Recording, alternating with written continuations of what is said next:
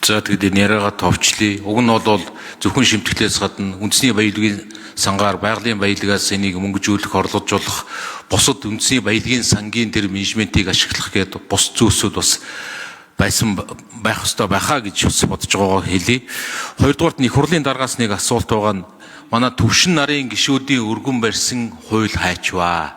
Яг хөдөлмөрийн хүс түүнтэй адилдах орлогыг тодорхой хэмжээний бас идэвхжүүлэх, урамшуулах талын хуулийг төвшин нарын гишүүд өргөн барьсан. Энэ хуулийг бас эргүүлж харахаар тэр өргөн барьсан заалтуудыг дордуулсан байдлаар ганц хоёр үйлдвэр эсэнд харагдаж байна.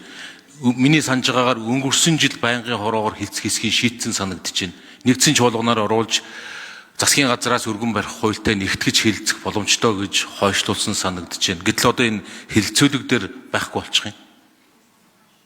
Ийм бол бүтэн жилийн өмнөх хууль байхгүй байхад одоо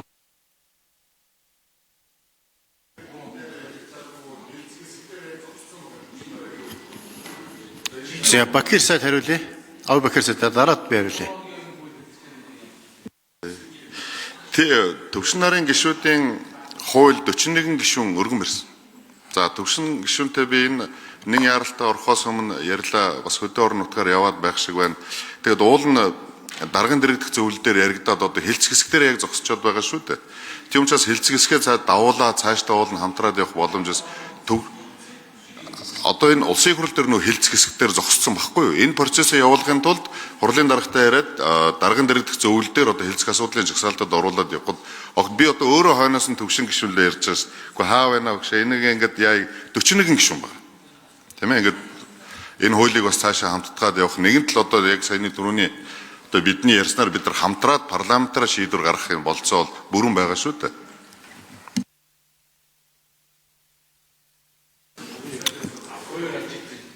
За ерөнхийдөө хариулъя. Тэр дордсон заалт яриад байна. Дордсон заалттай холбоотой. За 2015 онд энэ төрөөс тэтгэврийн талаар баримтлах бодлогыг баталсан байдаг. Тэр тэтгэврийн сангийн алдагдлыг тэр GDP-гийн 2%-аас ихгүй байлгана гэсэн зорилттой шүү дээ. Аржсан нам засаглаж яхад төрөөс тэтгэврийн талаар баримтлах бодлого. Тэр бодлогыг бид барай ажиллаж байна. За гүйцэд засаглал бол хүнчлэгээр хүлээжийнэ.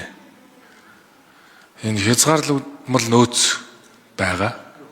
Тийм учраас өнөөдөр ямар арга хэмжээ авах вэ гэдгээ санхүүгийн нөөцтэй тулгуурлаад шийдэж байгаа.